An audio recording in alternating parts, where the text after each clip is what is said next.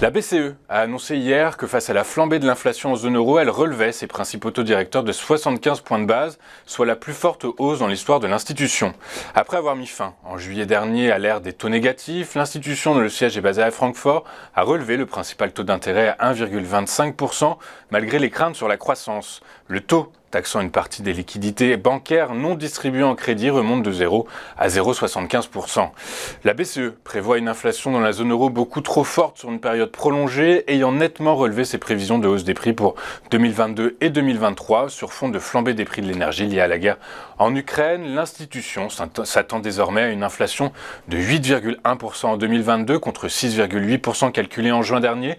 Pour 2023 et 2024, les gardiens du temple de l'euro prévoient respectivement 5,5% et 2,3%, toujours au-dessus de l'objectif de 2%, la cible calculée de l'inflation par la BCE. Par ailleurs, la Banque Centrale Européenne a relevé hier ses prévisions de croissance du PIB en zone euro pour 2022, mais les a radicalement réduites pour 2023 dans un contexte de crise énergétique découlant de la guerre en Ukraine. L'institution monétaire s'attend à une stagnation de l'activité économique fin 2022 et début 2023. Elle prévoit désormais une croissance de 3,1% cette année, mais seulement 0,9% l'année prochaine contre 2,8% et 2,1% respectivement prévus dans ses projections de juin. Pour 2024, l'institution tape sur un PIB en hausse de 1,9% contre 2,1% précédemment.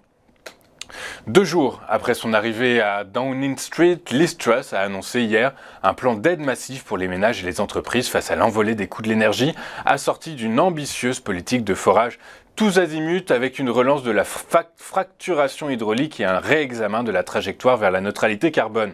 Les factures pour un ménage moyen vont être plafonnées à 2500 livres, soit 2883 euros par an, soit une économie de 1000 livres ou 1153 euros par an par rapport à ce qu'il aurait dû payer sans intervention du gouvernement. Les entreprises et les institutions publiques comme les écoles toucheront des aides équivalentes pendant 6 mois. Ce plan n'a pas été chiffré mais pourrait coûter des dizaines de milliards de livres financés par emprunt. D'après plusieurs médias, l'addition s'élèverait à 150 milliards de livres. C'est avec le cœur lourd que nous avons appris hier en fin de journée le décès de Sa Majesté la Reine Elisabeth II. La souveraine la plus populaire du monde s'est éteinte à l'âge de 96 ans en son château de Balmoral en Écosse. Après un court séjour à l'hôpital en octobre 2021, l'état de santé d'Elisabeth II s'était peu à peu dégradé, la souveraine annulant de plus en plus d'événements. Elle n'avait pu se déplacer mardi dernier à Londres pour accueillir la nouvelle première ministre britannique Liz Truss, qui avait fait le voyage jusqu'à sa résidence de Balmoral.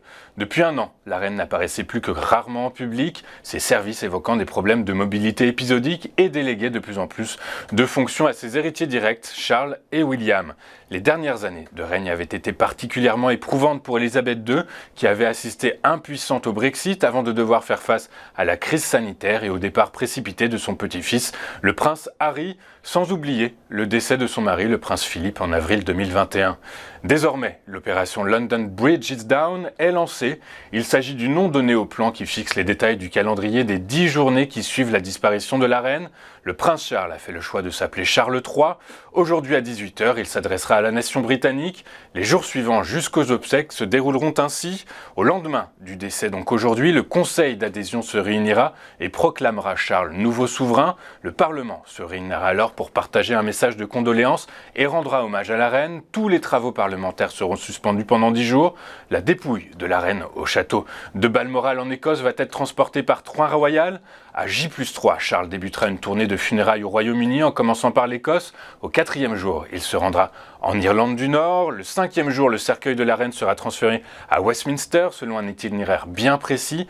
Pendant 3 jours, la reine reposera à Westminster donc, où pourront venir se recueillir les Britanniques. Le 8e jour, Charles se rendra au Pays de Galles. Le 10e jour sera celui des obsèques proclamées jour de deuil national. Les funérailles auront lieu à l'abbaye de Westminster avant que la reine ne repose pour toujours au château de Windsor.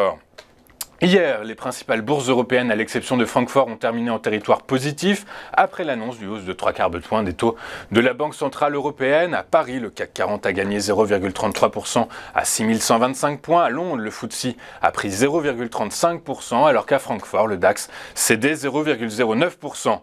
La bourse de New York a terminé en hausse hier et est parvenue à enchaîner une seconde séance dans le vert, soutenue par les banques et les valeurs de la santé.